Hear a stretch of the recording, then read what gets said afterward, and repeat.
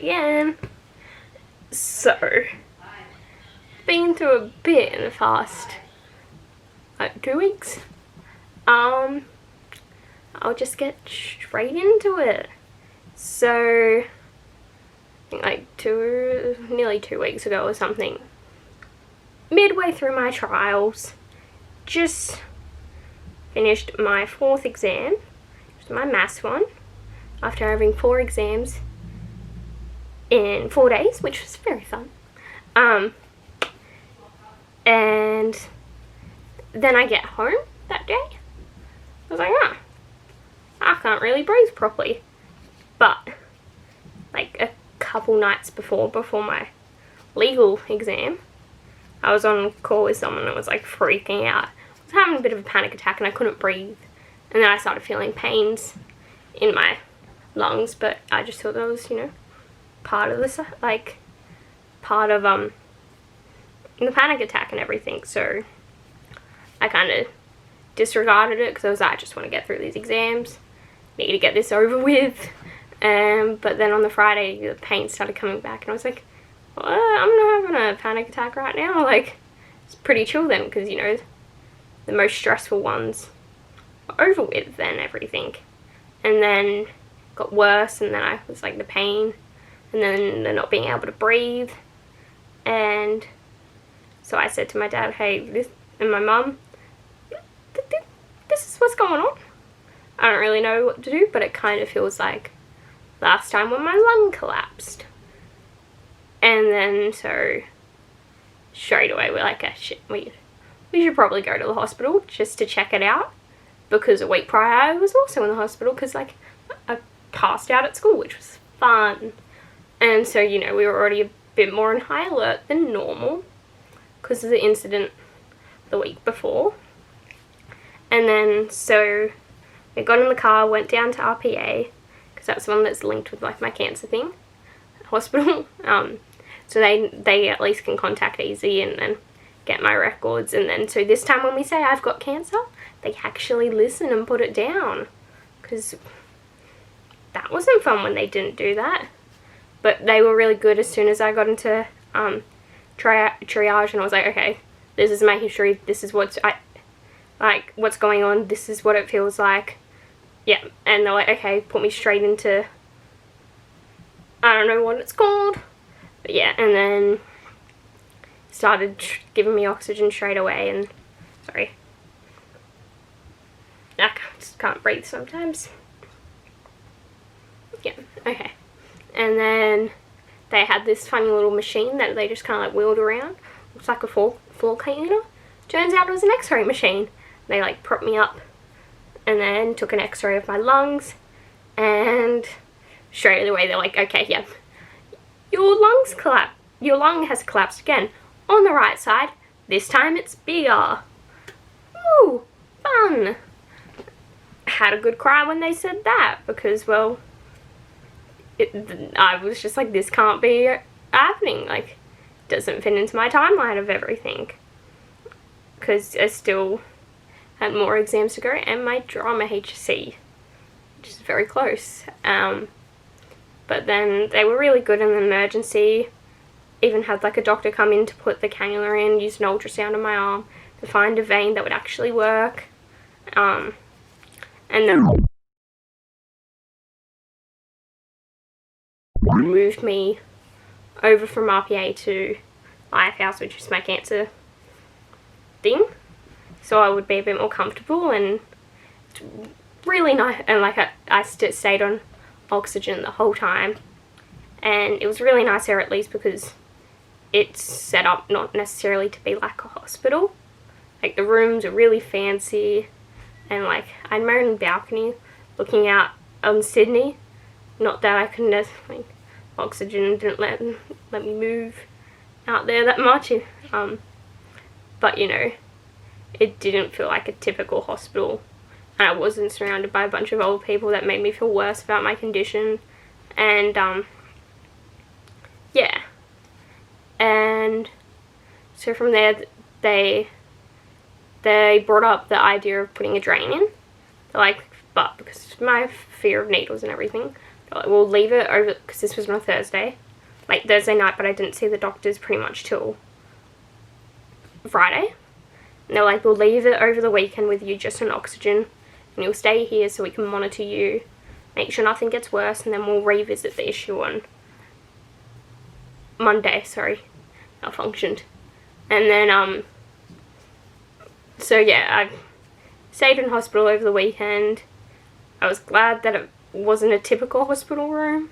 You know, the nurses, they were lovely, and they like checked up on me heaps, and it wasn't just about physical health, but they also checked in on my mental health a lot, which was really good. And it's obviously struggle, like, you know, each day it's hard to get the will to live, but you know, yeah, gotta keep pushing.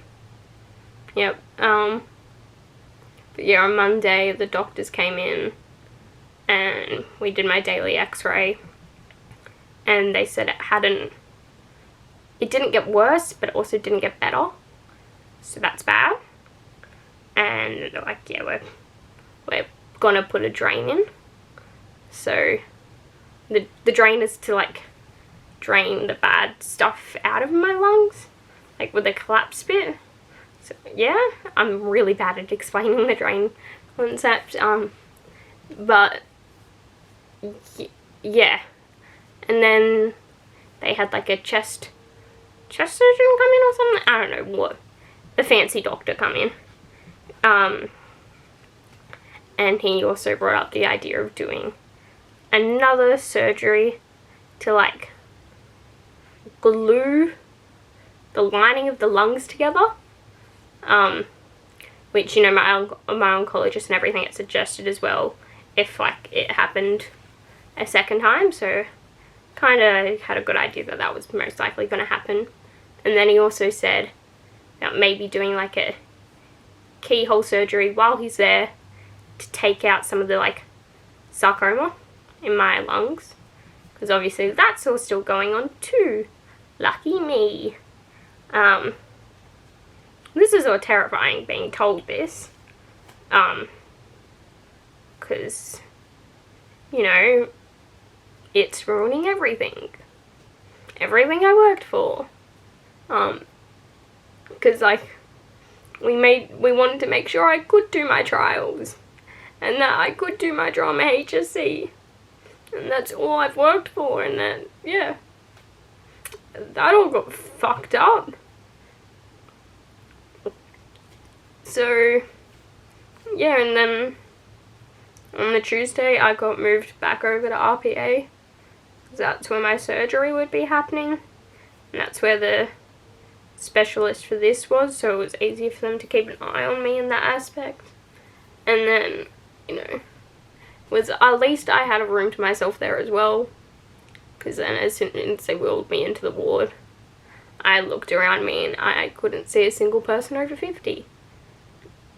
Just tightening how bad my health is, or someone my age, which is something really hard, because it just makes it feel so isolating sometimes. Yeah. And also, like, you just get it feels like a hospital, like the walls are just bland, like everything. It smells, it, the sounds, just everything. Just, you can't forget. And before I had even got in the room, they were explaining, by the way, you can only have one visitor a day for 1 hour. And automatically I had a panic attack. So I was like, I can't go into a major surgery without my mum or dad by my side, or I can't go through recovery without that. And then, yeah, it was horrible being told that, because I didn't even see my sister since my lung collapsed, because, you know, I was only allowed 2 visitors a day at Lifehouse because of all this stupid COVID thing, because people keep fucking up, not wearing masks, complaining they can't breathe. Well, I wear a mask and I've got a fucking collapsed lung, so suck it up. Sorry. Bit of track on. Yeah, that happened, but then one of the nurses fought to be like, okay, she's still a minor. And they fought, you know, with the executives and everything to have that rule changed. So I could have, you know, parents stay with me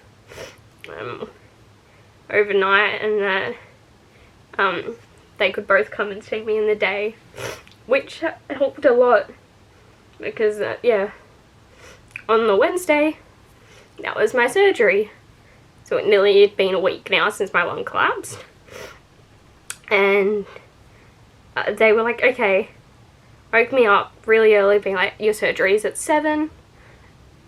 Get ready, eat. No, I wasn't allowed to eat, so I was fasting. You know, be prepared, we'll take you then. So they took me down at 7. We got there, we were outside, ready to go into the anesthesia thing where they, like, do all that shit. And they're like, oh, sorry, there's been a miscommunication. The doctor's not available till 12 or 11. And that was horrible for someone who's very anxious about everything. Completely terrified. Young and just everything.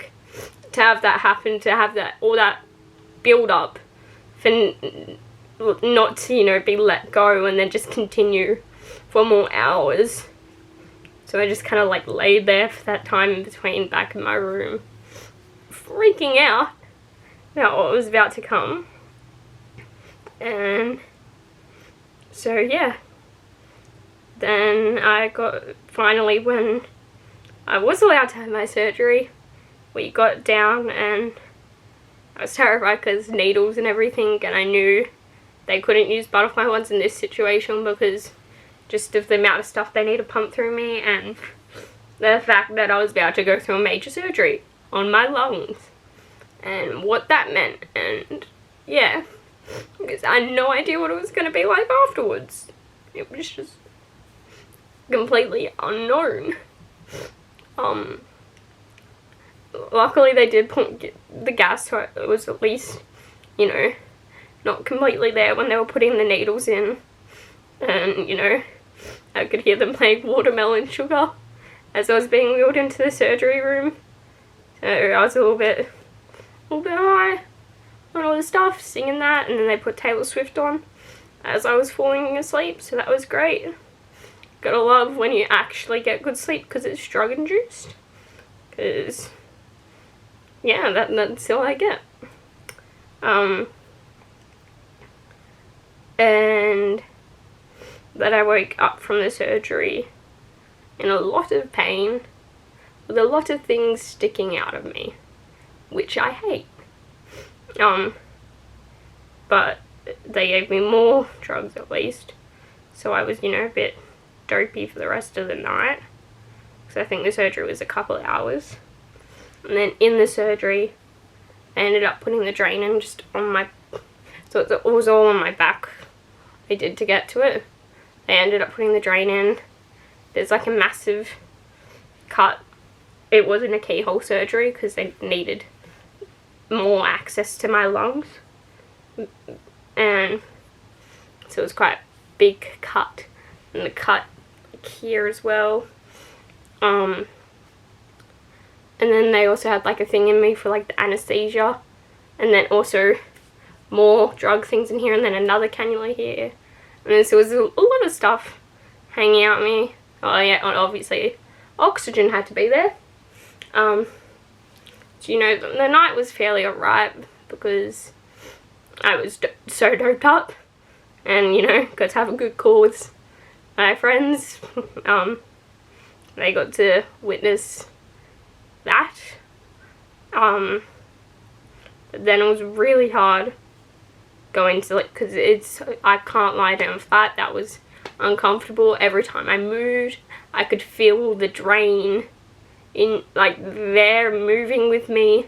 That's just horrible sensation, like. And then finding where I could, like, lie down at a certain point whilst being able to breathe, because that's kind of important. It was just a bit of a mess, so the drugs is kind of what has been getting me through sleeping. But even then, I often wake up in the middle of the night being like, oh shit, not middle of the night because I'm still awake by then. But I'll wake up at like 4, being like, I can't sleep. So, you know, it's very hard to sleep from there on outwards.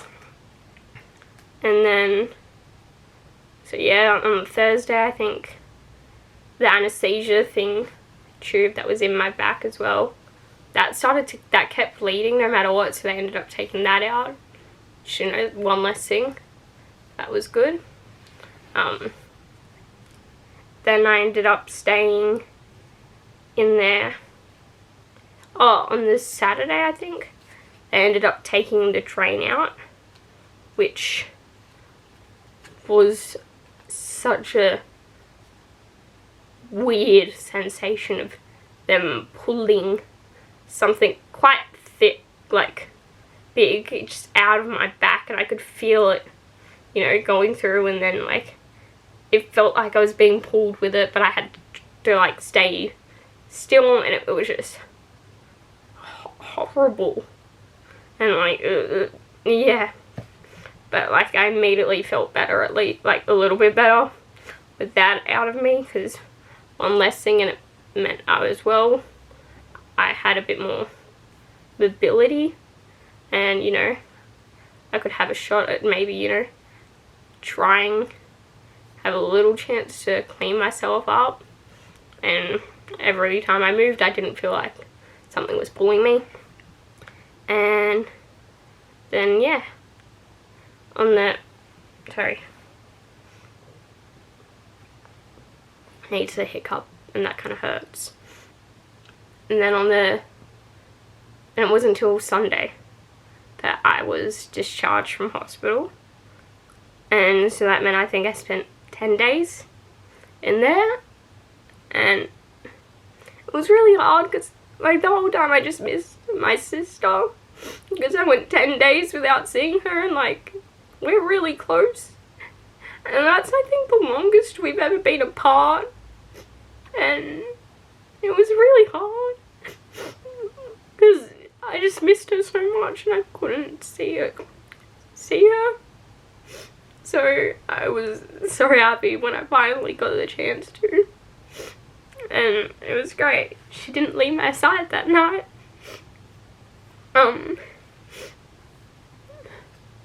Yeah, but then I'm still feeling pain now, and it's yeah, well, it's Tuesday, so that's kind of guaranteed I'd be feeling pain.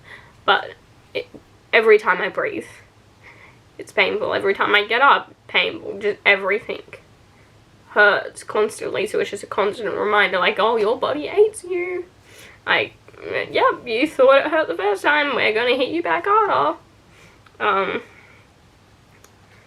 So that's fun. That's, you know, something. And also because of this, I missed my practical drama trial, which killed me, not being able to do that. My modern history trial and my theory drama trial. So obviously missing the drama thing's killing me, because that's all I care about. Yeah. And then this time next week, I'm supposed to be doing my drama HSC, which has been one thing I've been pushing for and working so hard for. And it's what I said, I just want to do this. I want to be able to perform.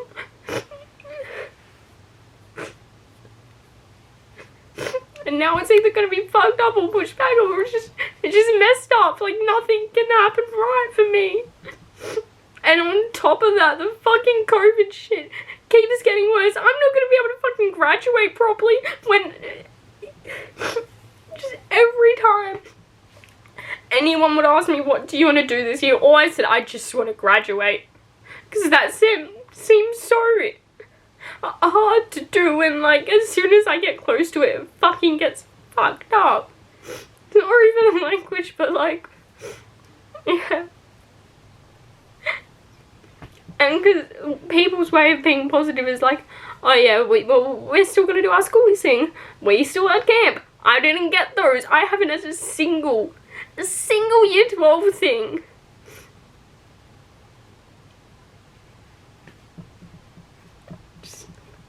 It feels so pointless. And it's really taking a toll on me. Really just destroying me. It's leaving me with barely anything to fight for.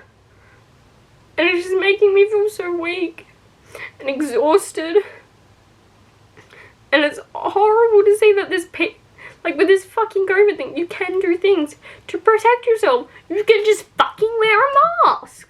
Like, but people aren't doing those simple things, and like, it's causing such a horrible impact in so many different ways. And it's just so stupid, and just people are so ignorant. But because it's hard with people my age because they think they're too young, they don't need to. And, you know, masks look dumb. I'm like, fuck off. That's just my response. Like, I don't give a shit. Just wear one. I don't really know what I'm saying now. I just kind of keep crying, keep going down a spiral. And so, you know, congrats if you actually made it this far. So you have to keep seeing me cry. Like, that's all I do. Yep. You know, also there has been some great people helping me get through this, calling me nearly every night, making sure I'm talking to people at least, that they can, you know, make me laugh or smile, which, you know, seems impossible sometimes. But yeah. Also, sorry to those who didn't know I was in surgery, because I kind of didn't tell, like, anyone. So, whoops, if this is your first time finding out. But, yeah. Thanks for watching.